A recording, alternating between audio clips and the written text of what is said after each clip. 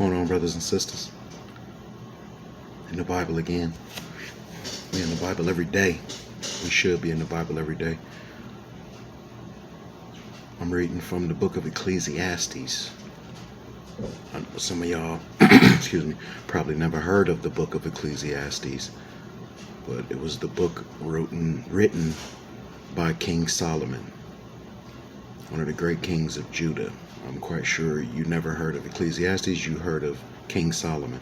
Well, King Solomon was a wise king, and he wrote Ecclesiastes, and it was just full of wisdom, just full of game, trying to teach, trying to preach, trying to show the future which way to go and which way not to go. And I really just want to break down every single verse, every single verse. I'm going from verse 19 all the way down to like 26, but I'm just going to break down every verse because it's just game all the way through there, every single verse. And you should study the Bible that way. Every single verse. Stop, ponder on it, understand it, find different interpretations of it, different versions of it.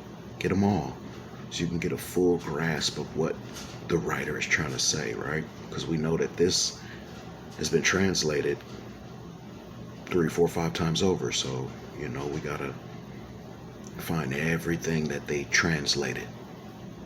Basically, your NIV, your KGV, your KJV, your NKJV, your CEB, your AMP, the Amplified Bible, the ICB, the International Children's Bible. That one makes more sense. I mean, you got to get them all, Got to get them all. But that, like I was saying, that International Children's Bible is like, oh, it puts it in plain terms because it's for a kid can understand it, so they break it all the way down. And it just really makes it interesting. But without further ado, we're going right in, man. Verse 19. Ecclesiastes chapter 7, verse 19.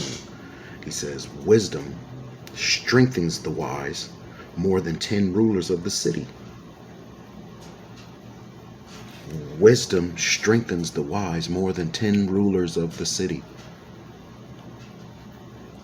A wise man looking to become wiser, God's wisdom, that true wisdom, biblical wisdom, is better than having 10 rulers rule over you. It's better than having one wise man is better than having 10 rulers rule over you. And then let's get into the different versions. You got in the King James, it says, wisdom strengtheneth the wise man more than 10 mighty men which are in the city. And then in the Children's Version, it says, wisdom gives a person strength. One wise man is stronger than 10 leaders in a city. Then you have the NIV, the New International Version. Wisdom makes one wise person more powerful than 10 rulers in a city. See where I'm going? Well, you see where Solomon is going? Where God is going? You want to be powerful? You want to be a ruler? You want to run things? Get wise, man. Good, wholesome wisdom from the Most High God, from His Bible. Not scientific wisdom, not biology, not chemistry. No, I'm not talking about that. I'm not talking about Greek wisdom, some college degree. We're talking about biblical wisdom. What God has to say about things. What God's prophets has to say about things.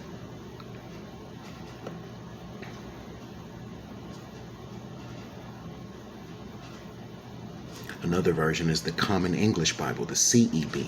It says, wisdom makes a wise person stronger than 10 rulers who are in a city. You're stronger.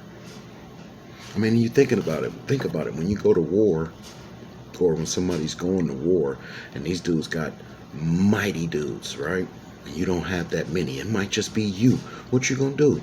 You're gonna be smart, right? You gotta outsmart them because you're outnumbered, right? Wisdom, smarts, The wise man is stronger than 10 men, 10 powerful men. And that's just one verse. I can just ponder on and on about that verse. But we're moving on. Verse 20. For there is not a just man on earth who does good and does not sin. Not one? Wait, but let's break that down. Let's see what he means by that. Let's try and get a grasp of that. In the old King James, it says, for there is not a just man upon earth that doeth good and sinneth not. Old school King James, right? What about the International Children's Bible? I love this. It says, surely there is not a good man on earth who always does good and never sins. See, now it's starting to make sense. Always doing good and never sinning. Yeah, that's different right there, ain't it? It's hard, ain't it? You can do good for so long and then you're going to slip up and have that thought, you know?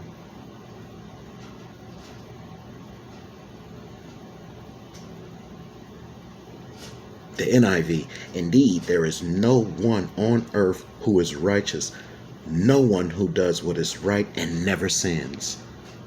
Not one. He doing what's right, but he gonna slip. He sinned before. Then you have the CEB, the Common English Bible. Remember, there is no one on earth so righteous as to do good only and never make a mistake. Ain't nobody out there that perfect, man. What? Not even me. Not even Solomon. That's why he's writing this. Solomon was a great king. He's the writer of Ecclesiastes. He said, nobody. Not even me.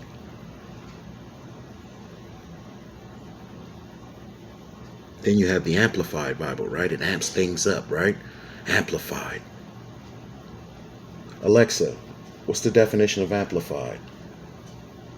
Amplified is a form of the verb amplify, which is usually defined as to make larger, greater, or stronger, enlarge, extend. For more, ask me to give you more definitions for amplified. The Amplified Bible. They got one. It's greater. It makes it longer. It beefs it up, right? What does it say about no righteous man? It says, surely there is not a righteous man upon earth who does good and never sins. And then Isaiah 53:6, and of course Romans 3:23. If you followed my first video, I mean, there is none good, for all have fall short. And the ones that are good and doing good, who seem to have it all together, slipped up before, and they're going to do it again. If not in your face, in their mind, in their heart, they definitely go slip and curse somebody out. And that's just a simple sin we all go through. You might not sleep around, you might not kill, steal, but you curse, you drink, you smoke.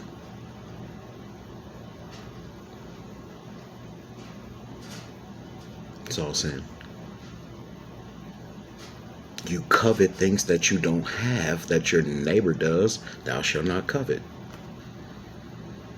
That's like looking at somebody with a nice car and envying it in your heart. Ooh, I want one. I'm going to get me one. It's covetousness. You want what somebody else has simply because you seen them with it. Moving on. Verse 21. Also, do not take heart to everything people say, lest you hear your servant cursing you. What? What you said, Solomon? Let me read that again. Ecclesiastes chapter 7, verse 21. Also, do not take heart everything people say. Do not take to heart everything people say, lest you hear your servant cursing you. Let's go to the other translations, because that speaks for itself, right? Don't listen to everything everybody say, or you might hear something that you didn't want to hear. Huh? Somebody might be cursing your butt. Old King James.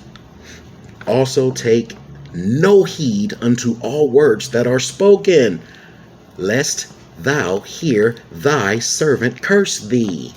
See, that's that old King James with them thous and them these and that lest thou. Okay, what about the children's version? Don't listen to everything people say. You might hear your servant insulting you. Wait a minute. The NIV, the New International Version. Do not pay attention to every word people say, or you may hear your servant cursing you. The Common English Bible. Don't worry about all the things people say, so you don't hear your servant cursing you. And he keeps saying servant because he was a king, so the people of that time he was writing to, they'd understood. Your servant is your worker, right? So stop worrying about everything. Stop worrying about everything that's said among the people. What was they saying? What they say about me? I know they was talking about me. Oh, you really want to know? Because they cursing you, boss.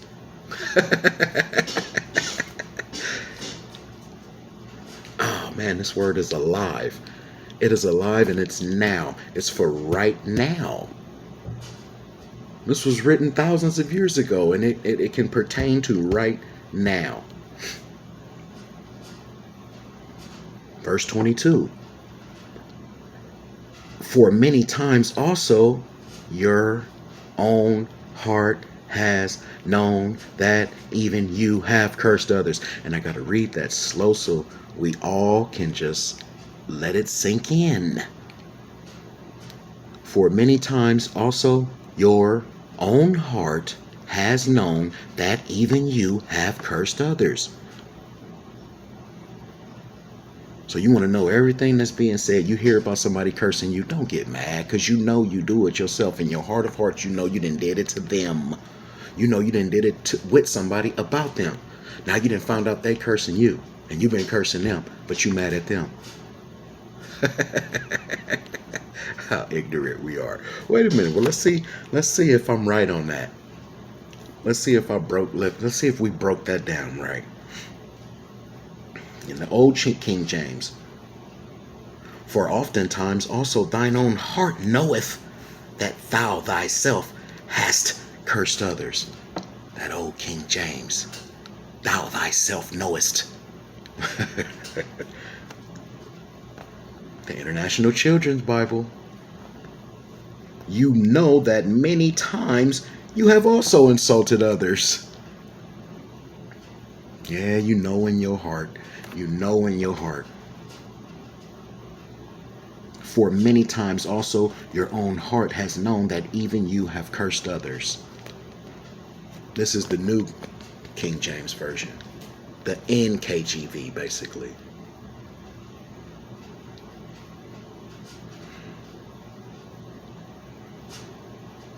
What does the Amplified say? The Amplified Bible. For often your own heart knows that you have likewise cursed others. That's why the Bible also says that do unto others as you would do unto yourselves. Right? If you don't want nobody cursing you out when they talking about you, he of this, he of that. Man, that nigga ain't that. Don't do it to them. Because it's coming right back around to you. To me. We moving on. Verse 23. I'm telling you, verse by verse, you just stop and break it down, man. Learn with me. Stick with me. Come on. Verse 23. All this I have proved by wisdom. I said, I will be wise. Now, this is Solomon talking, right? This is him going third person now, right? He's talking about himself. He's writing about himself now, right? He says, all this I, Solomon, have proved by wisdom. I said, I will be wise. But it was far from me. The great Solomon, the great wise one, he says, man, this thing was far from me. So if you think you know something, then how far is it from you? Huh? How far is it from me? I think I got this all figured out. I'm finna do the video on Facebook and explain it and all this, but how far is the real wisdom actually from me?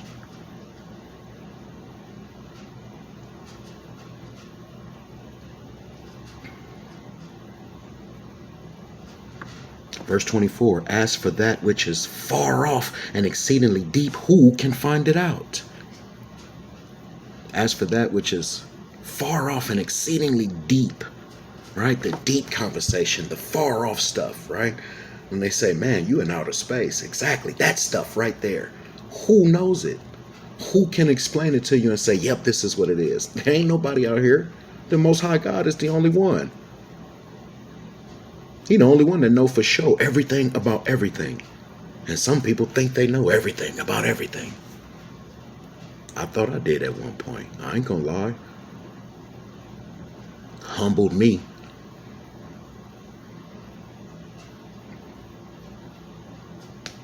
Verse 25, I applied my heart to know, to search, and to seek out wisdom and the reason of things, to know the wickedness of folly, even of foolishness and madness.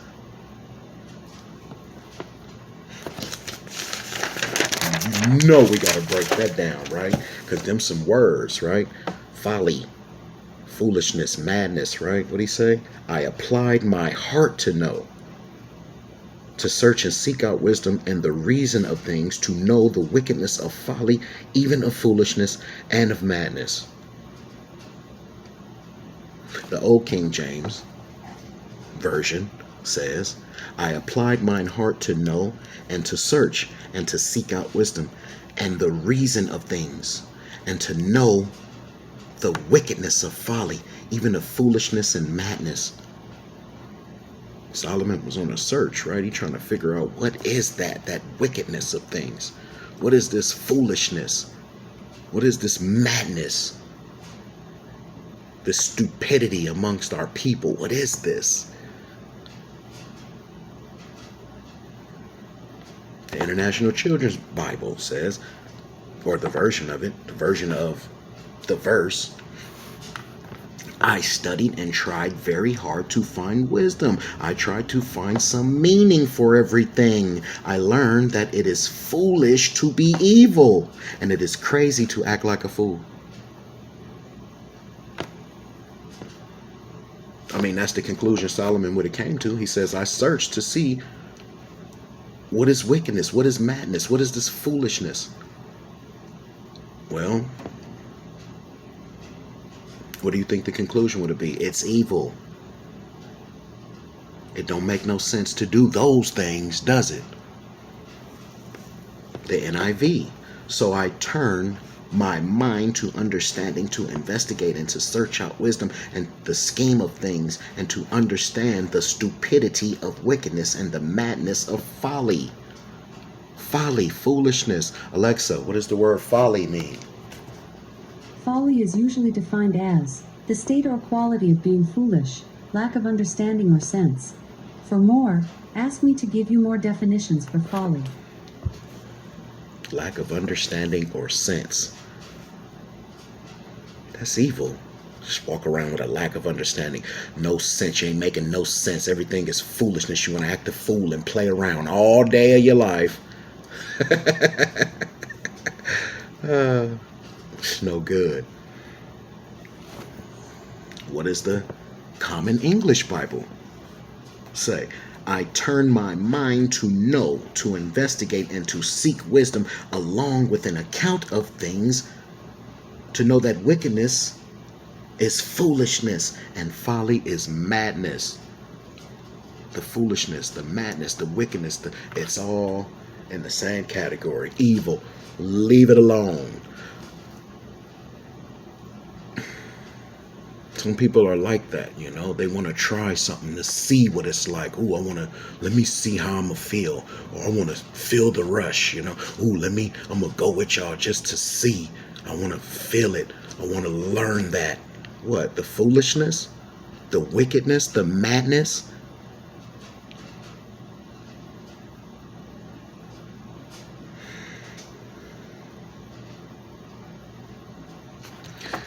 Yeah, we're moving on.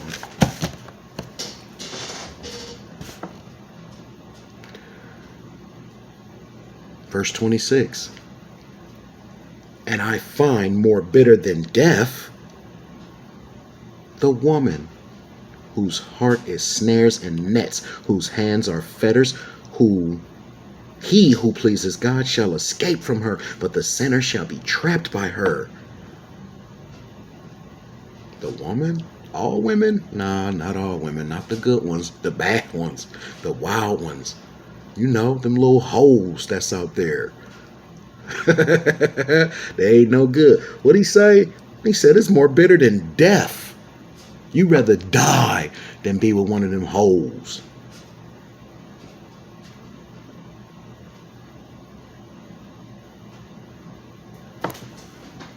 And I find more bitter than death the woman whose heart is snares and nets, whose hands are fetters. He who pleases God shall escape from her, but the sinner shall be trapped by her. I was once a sinner, trapped by the hoe, by the whore, by the buttocks, by the pushed up cleavage, you know? The eyes, the attention that you get, the flattery.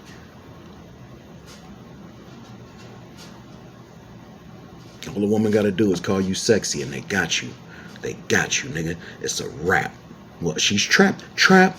She like me. Oh, well, I'm all hers then.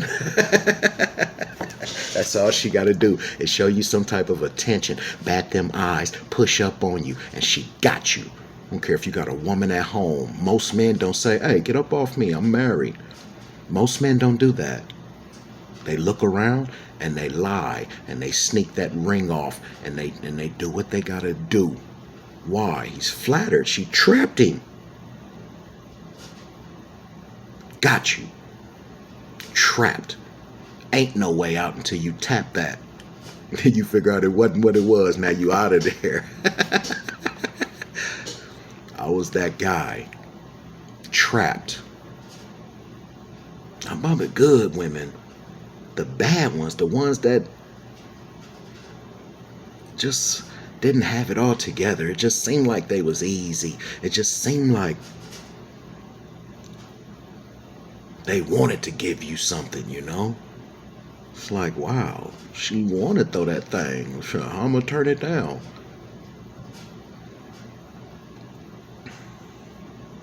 But now that I'm saved, I turn it down, right? Now that I'm saved, it don't even come my way. I don't even look.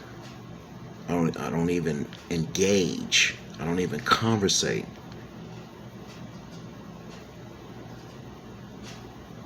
Because they'll get you.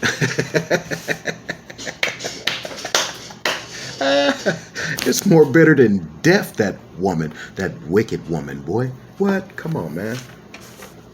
Not the good one.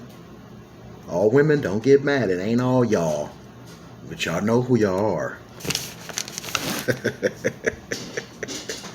Wait a minute. Let's break that down. What the KJV, the old King James, what it say?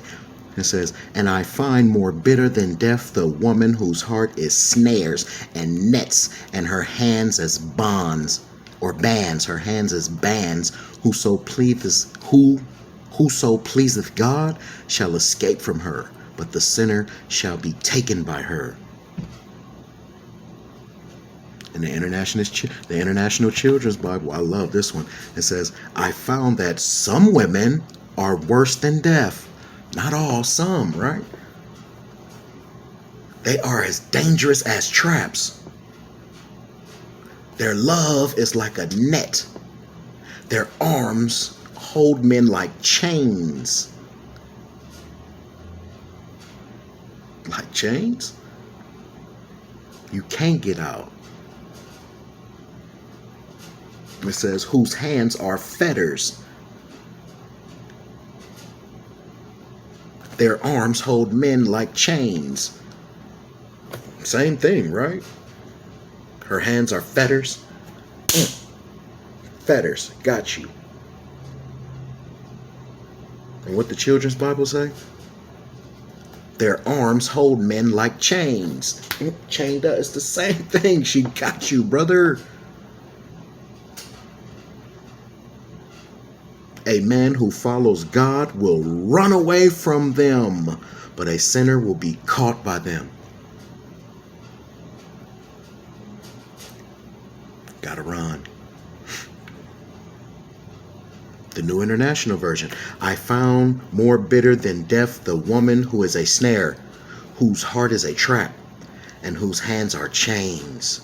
The man who pleases God will escape her, but the sinner she will ensnare. The Common English Bible. I found one woman more bitter than death, she who is a trap. Her heart is snare, her hands shackles.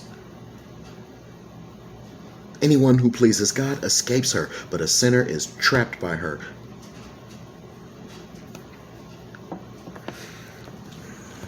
Escape the evil one, the seductress, the temptress. Get your godly wisdom. Read your Bible daily. Ponder on it. Break it down verse by verse.